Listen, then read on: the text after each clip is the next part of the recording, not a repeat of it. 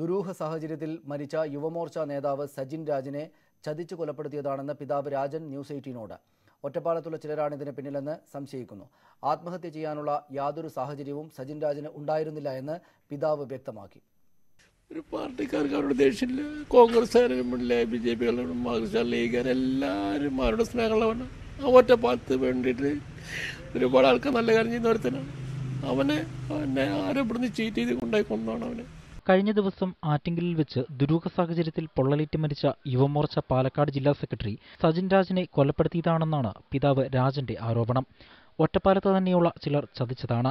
സംശയമുള്ളവരെക്കുറിച്ച് പോലീസിന് മൊഴി നൽകിയിട്ടുണ്ടെന്നും അദ്ദേഹം പറഞ്ഞു. ഇവിടെ 1-2 ആൾക്കാരൊക്കെ അവനെ പൈസ ഉണ്ടെന്ന് പറഞ്ഞിട്ട് വന്ന് അന്വേഷിച്ചിട്ടുണ്ടായിരുന്നു. ഞങ്ങൾ പോലീസിന് മൊഴി കൊടുത്തിട്ടുണ്ട്. വീട്ടിലറിയിക്കാതെ സജിൻ എവിടെയും പോവാറില്ല. തിരുവനന്തപുരത്തേക്ക് പോയത് അറിയിച്ചിരുന്നില്ല. സാമ്പത്തിക പ്രയാസങ്ങൾ ഉണ്ടായിരുന്നില്ലെന്നും പിതാവ് വ്യക്തമാക്കി. മകന്റെ ഘാതകരെ കണ്ടെത്തുന്നതിന് എല്ലാ ശ്രമവും നടത്തുമെന്നും പിതാവ് പറഞ്ഞു. സജിന് പ്രണയനിരാശമുണ്ടെന്ന വാദം ശരിയല്ലെന്ന് സഹോദരൻ ജിതിൻ പറഞ്ഞു. ആത്മഹത്യ ചെയ്യേണ്ട സാഹചര്യം സജിനില്ല. എന്തെങ്കിലും ഉണ്ടെങ്കിൽ അത് ബാക്കി ഫ്രണ്ട്സ് ആരെങ്കിലും അറിയാതെ ഒരിക്കലും ഒന്നും ഉണ്ടാവില്ല. ഞാൻ മൂപ്പർക്ക് എന്തത്ര വലിയ പ്രശ്നം വന്നാലും അത് സോൾവ് ചെയ്യാൻ മൂപ്പർക്ക് അതിനുള്ള ഫ്രണ്ട്സുകളുണ്ട്. അങ്ങനെ ഒരിക്കലും സംഭവിക്കില്ല.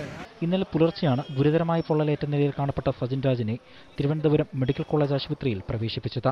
ന്യൂസ് 18 പാലക്കാട്.